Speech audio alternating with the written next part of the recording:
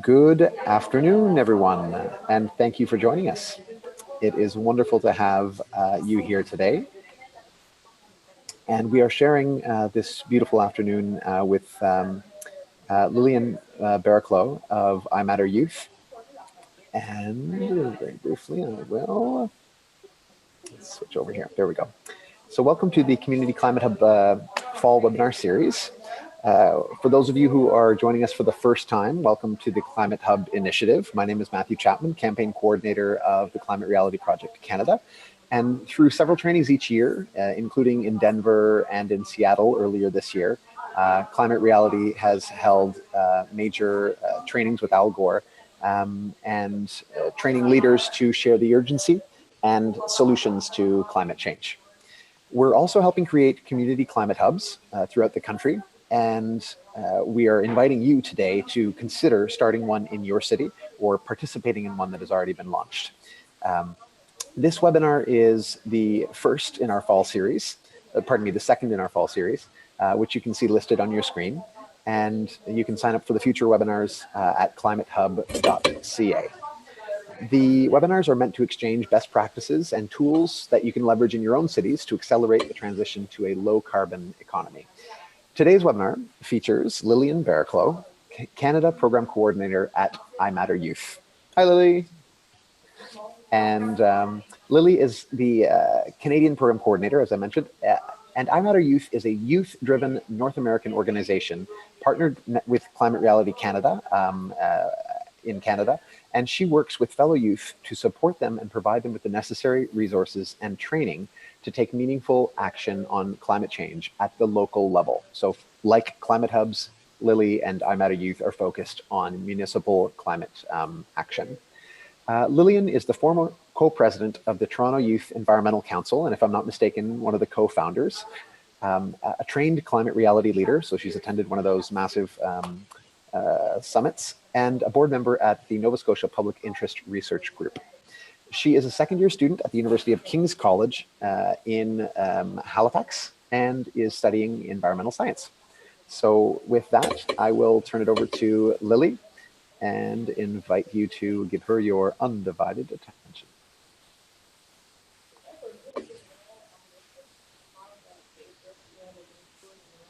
So hi, everyone. Good afternoon. I'm really excited to be talking to you today. Matthew, you actually were mistaken, and I was not one of the co-founders of Toronto Youth Environmental Council. However, it was a big part of my life in high school. So before I get started and talk about iMatter, I'll just tell you a little bit more about myself. Matthew mentioned a couple of things. I'm a second-year student, and I'm studying environmental science and biology and history of science and technology, which is a lot longer than just environmental science. I've been involved in my school's environmental clubs from senior kindergarten when I painted my first no idling banner to being one of the founding forces of my high school's environmental club, and working with the Toronto District School Board Eco Schools, and then later with Toronto Youth Environmental Council, connecting youth across the GTA to work together to do environmental work both in our schools and municipal action. With Toronto Youth Environmental Council, I got connected to iMatter through Climate Reality.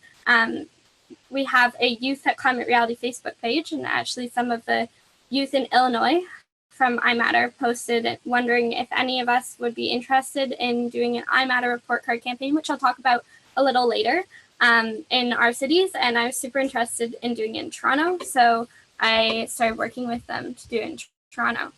So that's just a little bit about me. I could go on about iMatter and how I got involved, but I'll pause on that for just a bit. So iMatter was started by Alec Lures when he was 13 years old with his mother, Victoria Lures, and I'll talk a little bit more about that, but first I'm going to actually show you this story video that was created by Alec. Oops, sorry, one sec. I am going to show it. There, it's playing now. Or not. I'm sorry. It is going to play now.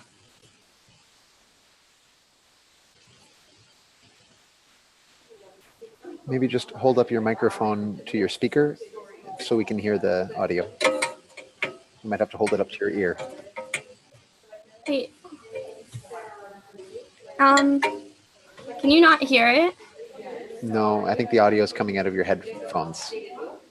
So if you put your microphone from your headphones next to your ear, inside the speaker in your headphone, then we'll be able to hear it. Can you hear it now? No, so unfortunately not. Okay, well, I'm just going to talk a little bit about it then, since that's not going to work. That's okay. So, as I mentioned, iMatter was founded by Alec and his mother, Victoria. A big part of what iMatter does and how we began is an intergenerational collaboration, which is why it's so exciting to be working with climate reality leaders and other environmental activists, not just youth, but also those who have been involved in the movement for a long time. iMatter started by speaking to kids in schools across the world. And what Alec and his mom found is that all of these youth are super excited about wanting to do something to take action on climate change. And so they started this working to build campaigns that youth could take into their cities and do local action. This map that you're seeing here is showing kind of where we have things going on in North America. It's a bit outdated because we have a lot more going on in Ontario and New Brunswick in Canada now as well. But this just gives you kind of an idea of where we're at. The iMatter program is for youth, primarily of high school age, and they work with peer facilitators, cohort, which I'll explain, and to do municipal action. This photo you can see down in the left corner of the screen is of our first call last year, welcoming to the new school year, where we had 50 youth from across the continent attend. So in the iMatter program, youth work with cohorts of between 8 to 10 people. And in the cohorts, they get to really run their storytelling skills and explaining why it's so important that they're doing this work with other people, and as well as discuss issues pertinent to local action and what being an activist means. As you probably all know and remember, if you're past the point, when you're in high school and when you're a young person, you go through a lot of changes, and you also, it's a difficult time in your life. Being a youth activist makes it even more challenging because you can feel isolated and from your peers, and because you care so much about climate change as you who are here do as well, and it's really difficult to not feel like you have that community in your school or in your hometown. And iMatter really strives to provide that community for youth.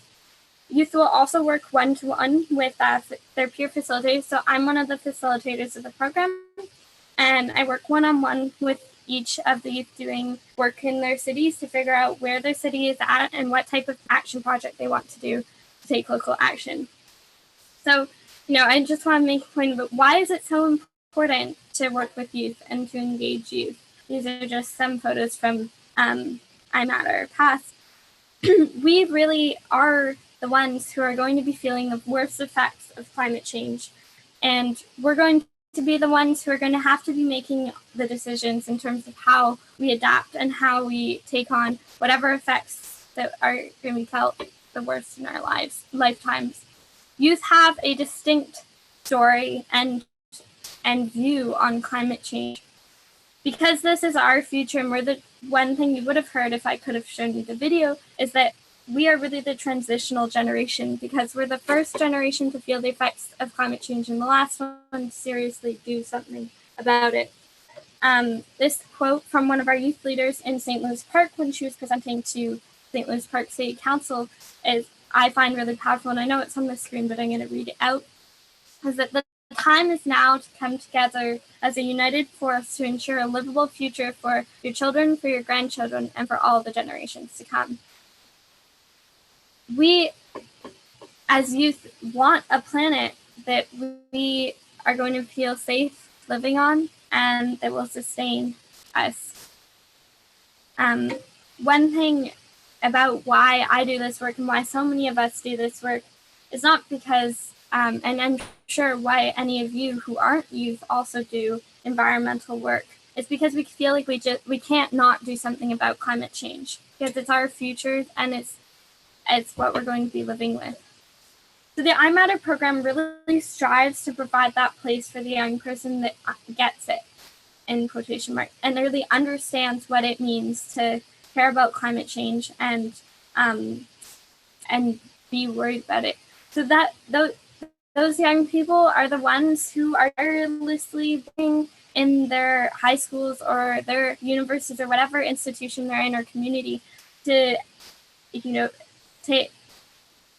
do petitions, do events, and this might not be indicative of every single young person that gets it. But this is where a lot of us are at, and the part about that is that we're often isolated, and I know I mentioned that before. We were the ones who saw An Inconvenient Truth at a young age or other environmental documentaries and were terrified for the future of our planet, and can't live with ourselves if we don't do something about it. We're the ones that come in grade 10 after every lesson on climate change. I know that's when it is in the curriculum in Ontario. I'm not sure about other parts of Canada in high school. And in tears because we learned some new fact about how awful climate change is for the planet. We're the ones that feel guilty about going to school far away because we have to travel by plane. But I briefly mentioned the intergenerational collaboration of iMatter, and I'll just give a bit more of an explanation of why we feel this is so important. Because I know, especially I, as a youth who has been involved in organizations entirely youth-run, there is a wonderful drive and energy in the completely youth-run organizations. But there's also a magic in organizations where there's a powerful intergenerational collaboration.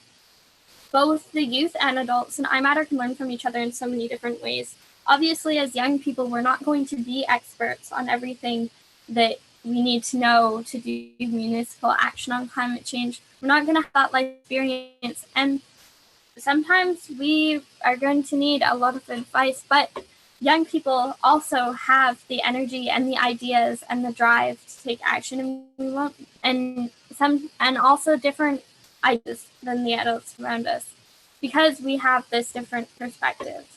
In iMatter, we have a couple adult mentors who have a lot more official titles in the organization, but really act as the adult mentors for all the youth who are at the core of the organization. And because everything is driven by us youth who are on the core team and those involved in our program. We also have mentors locally for youth who are doing work in their communities, who work with the youth to work through bureaucratic processes and figuring out who to talk to. But the most important part about this is that it's never the adult who's making the decisions or who's deciding what way they're going to take the campaign. It's always led by the youth. So this slide is not in the right place. I've already explained a little bit about our program, but just the main thing is that iMatter really strives to provide the community for our youth and the support that they need to do local action. So our facilitators work with them on figuring out who to talk to in their cities as well, and how to talk to them, what things they're going to need to know about how the city works and where the cities are at. And it's quite comprehensive. So in our program now that I've explained a bit about, the youth work with their program facilitators to figure out some sort of project, and it's not necessarily going to be the same for every youth who's involved in the program in terms of how they're taking action. One of our young people in Toronto is working on doing a music and songwriting initiative in terms of working towards initiatives to do with bike lanes and green spaces in our city. And then there are other people who are working with more structured benchmarking tools, like what we used to use for every campaign, which is the iMatter Youth Climate Report Card. This is kind of showing you the process of the report card. And for the report card, and I'll give you a couple examples of where it's used as well. The report card grades cities on their climate action plan, the amount of renewable energy they use, their waste management programs, their carbon sequestration programs, and whether youth are firmly involved in decision making.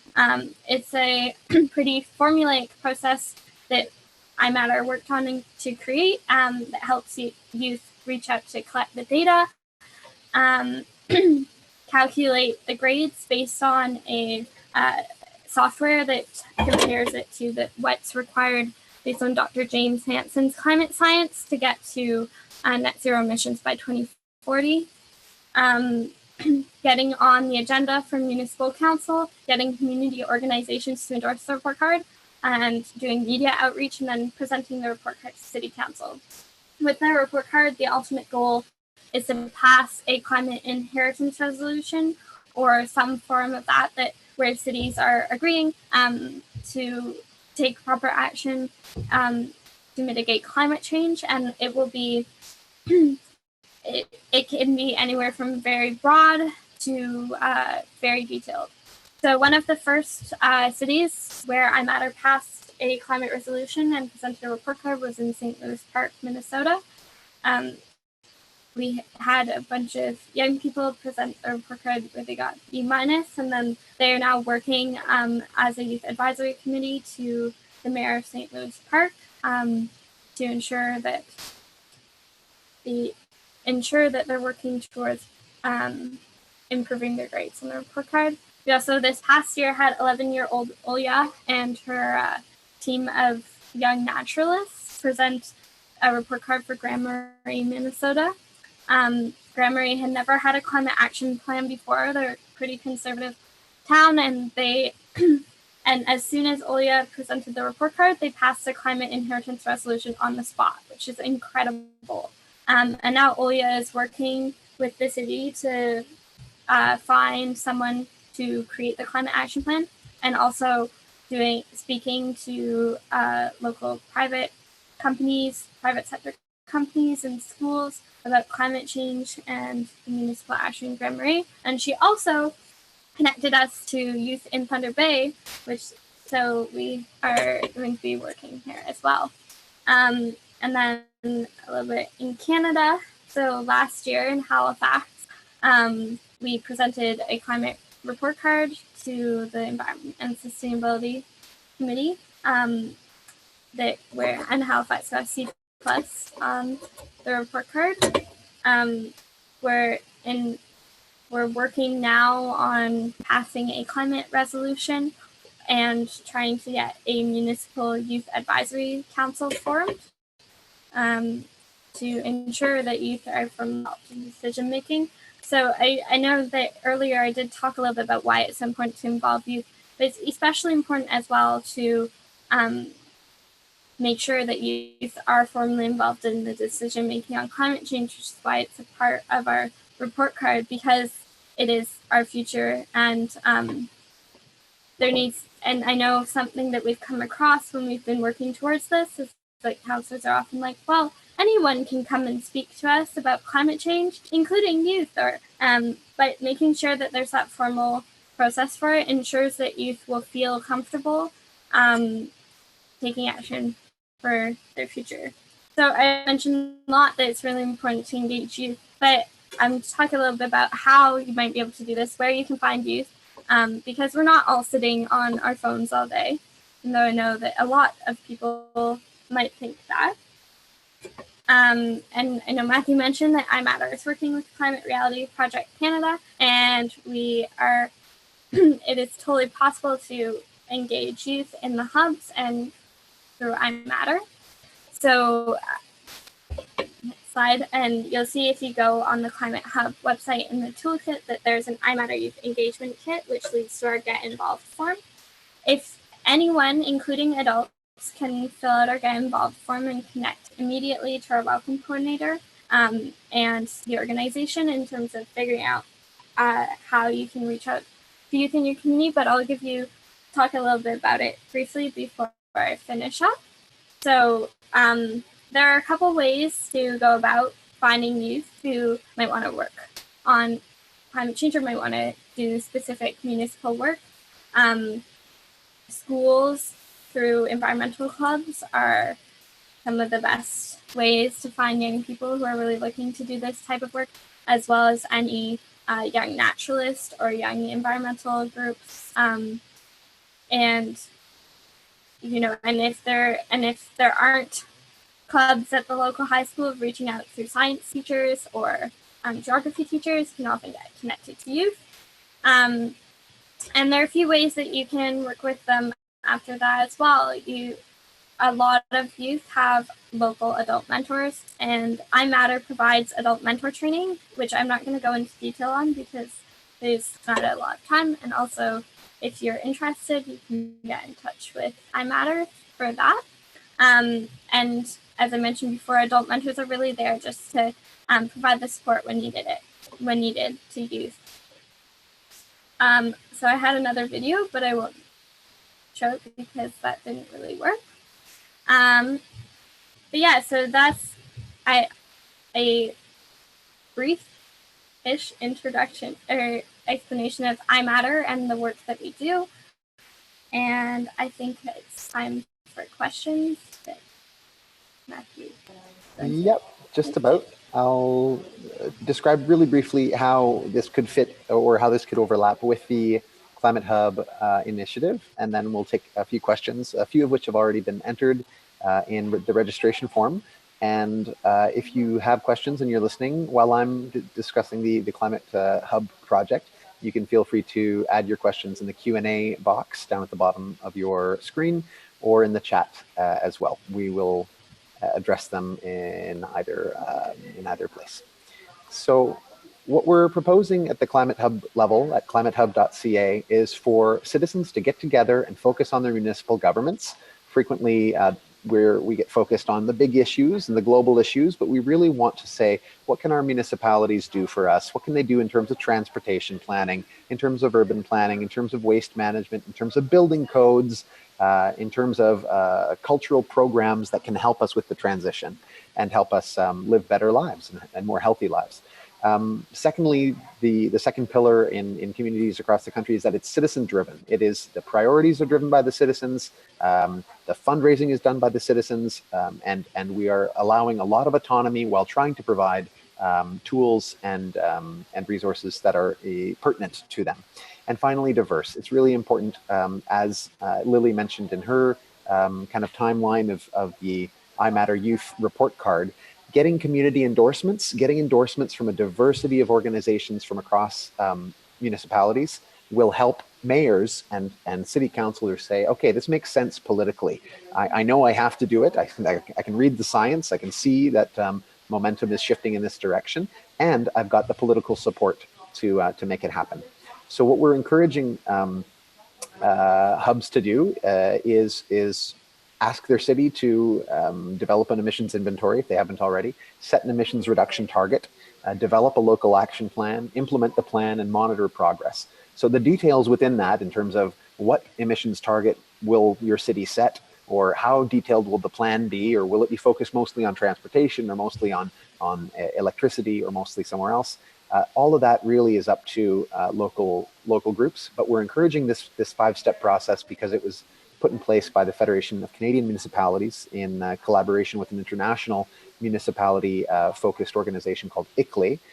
So that's where we're drawing this from, and we'd like to see cities across the country reach step 5 and then continue, and then monitor progress, and then go back and set another target, develop a plan to reach that more ambitious target, etc. And one of the other things we're proposing for hubs to do across the country is to report back at the national team on a few metrics that will allow us to compare cities one against the other and for a bit of friendly competition to emerge. So you can find out more about all of this, climatehub.ca, if you haven't already signed up. And yeah, reach out to us at the address on the screen right now, contact@climatehub.ca if you have further questions. We are a small team and we're trying to reach everybody, or trying to respond to all of the interest as it comes in. not always possible, but thank you very much for reaching out, and we will be sure to get to address your questions. So with that said, we have another 3 or 4 minutes to take questions. There's a couple that have already been posed, so I will jump to them really quickly. The first of which being, how do you engage youth, Lily, when you can't see them very often in person? How do you find, what's the most effective way to keep youth engaged when you're trying to mobilize them from a distance, I guess, is the... Well, this is exactly what iMatter does. So it's interesting. It's great to have this question. I know how we do that is we have video calls through Zoom like this, and ensure that there's really an opportunity for the youth who are working in separate places to come together and learn from each other, and have that community. And we believe, I think that that's the most effective way to keep people engaged, because if they have that support and that place where they can also see what the other youth in the various places are doing, then they're a lot more likely to feel like it's possible and fun and important to continue. Great. So I think. Great. Yeah, I think relationship, if you can get those youth, I mean, or really anybody, in touch with people in their neighborhood, in their city, and you can get them meeting on a regular basis. And part of that is geography. You know, if I live on one side of a city and the people I'm in touch with live on totally the other side of the city, it's going to be less likely. So for us in the Climate Hub campaign, we've been looking at, okay, how can we put people in touch with each other that are in the same neighborhood? And really that takes a critical mass of people, because we're not always going to have enough people to make that work. But where we do have that critical mass is where we've prioritized our efforts, and encouraging people to meet with each other, build relationships, find out what each other's interests are, and then build projects around those interests. So from our perspective, that's what we're up to. Another question here, positive versus negative messaging. Youth, you know, how do you balance the need to convey urgency versus hope in the youth movement? I think that the important thing with that is to make sure that even that there is some sort of concrete and available opportunity to take action on the issues. I know that's what iMatter strives to provide, because so many of us we've been bombarded by the urgency of climate change through school, through peers who are doing the environmental work. And if there is, and this is the same for anyone really, but if there is no way for people to take action, especially youth, we're just going to kind of push it to the back of our mind and keep going. But it also has to be something that's, accessible for youth where they're at. Because, obviously, as if someone's coming out of high school or is in high school, they're not going to have all of the skills necessary to do everything that they could possibly want to take action on climate change. So there has to be some sort of support and accessible actions for them to take. And I think it is still very necessary to make sure to portray the urgency of climate change, but it has to be followed with some sort of action that those youth can take. Great. Thank you so much, Lily, for being with us. Thank you for our listeners and for those who posed the questions. Just a quick reminder that, again, this is one of many upcoming webinars, and we would love to have you join us on the future webinars. ClimateHub.ca is the place to go find those. And our next webinar in English is next Tuesday, the 28th of September at 2 p.m. Eastern, and will feature Aidan Parcello, a member of Montreal Climate Action and the lead author of 1 Month of Living Differently, an experiential approach to sparking change. And you can sign up on the same site, ClimateHub.ca. collaboration.ca. So thanks so much. Hope to see you next week. And I think I might have gotten that date wrong. Sorry, Tuesday, September 28th. That's might not be entirely true. Pardon me, Thursday, September 28th. There we are, at 2 p.m. in the afternoon. So thanks so much. Have a wonderful evening. And thank you again, Lily, for being with us. Thank you for having me. Bye.